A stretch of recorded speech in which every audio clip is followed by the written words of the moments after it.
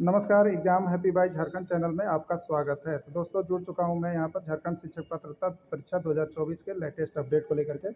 तो देखिए सिलेबस यहाँ पर आपको जारी कर दिया गया है। 1 से 5 के शिक्षक या 6 से 8 के शिक्षक पात्रता परीक्षा आप देना चाहते हैं तो आपके लिए सिलेबस जारी कर दिया गया है। तो हम सिलेबस को यहाँ पर एक बारी-बारी से देखेंगे। उससे पहले हमारी टीम की तरफ से कुछ आप लोगों को अपॉर्चुनिटी दी गई है, आप सभी देख लेंगे, ठीक है। जेटेट परीक्षा की तैयारी जेसीईआरटी पाठ्यक्रम के आधार पर यदि आप करना चाहते हैं और 101% सफलता पाना चाहते हैं तो आप यहाँ से करेंगे, जिसके लिए सारे नोट्स भी तैयार हैं और यहाँ पर क्लासेज भी करवाई जा रही है।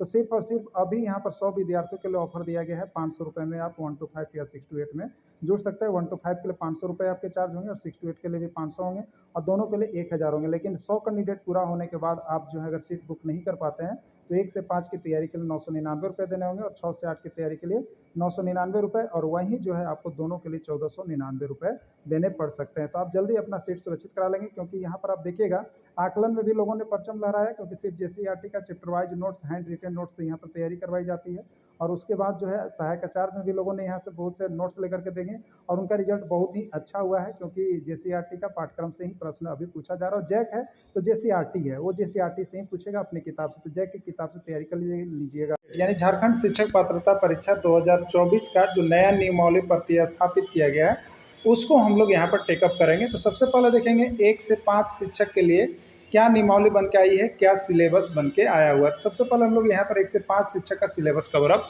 करेंगे, जिसमें बहुत लोगों का बहुत सा डाउट रहता है, ठीक है।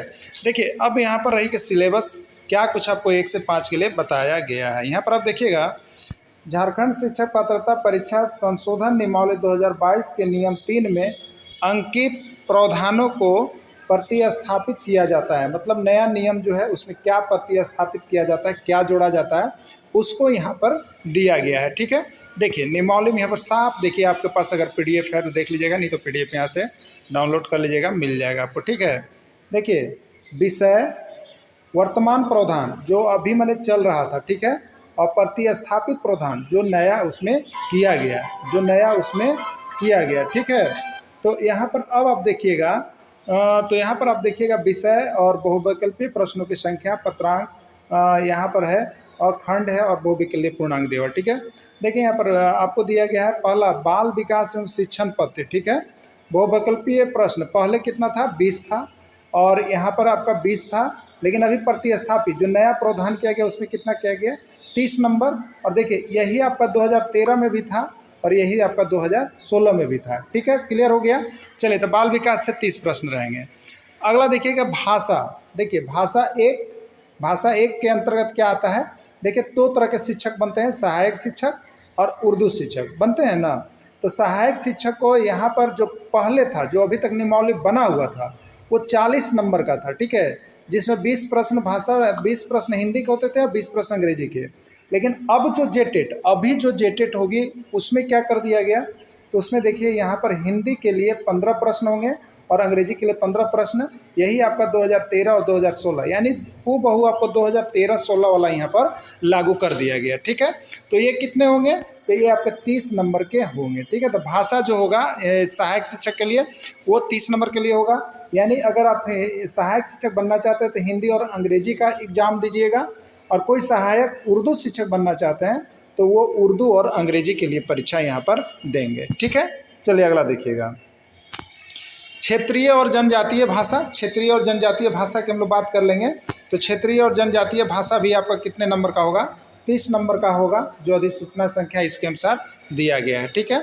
और अब देखिएगा गणित अगर 1 से 5 के शिक्षक आप बनना चाहते हैं तो गणित, इसके पहले जो अब तक प्रावधान था वो 50 नंबर का गणित था, ठीक है, 50 प्रश्न था। लेकिन जो नया नियम प्रतिस्थापित, जो कल नया नियम प्रतिस्थापित बन के आ गया, अब वो क्या होगा, तो 30 नंबर का 30 प्रश्न होगा और 30 नंबर का पूछा जाएगा, ठीक है। अब देखिए यहाँ पर पर्यावरण अध्ययन जो था वो कितने नंबर का था, 50 नंबर का होना था, लेकिन उसको अब संशोधित कर दिया गया। अब यहाँ पर सामान्य अध्ययन होगा और वो 30 नंबर का होगा। कितना नंबर का होगा, सामान्य अध्ययन होगा और वो आपका 30 नंबर का यहाँ पर हो जाएगा, ठीक है। तो 1 से 5 के लिए जो अब तक नियमावली बनी हुई थी वो 200 नंबर का होना था।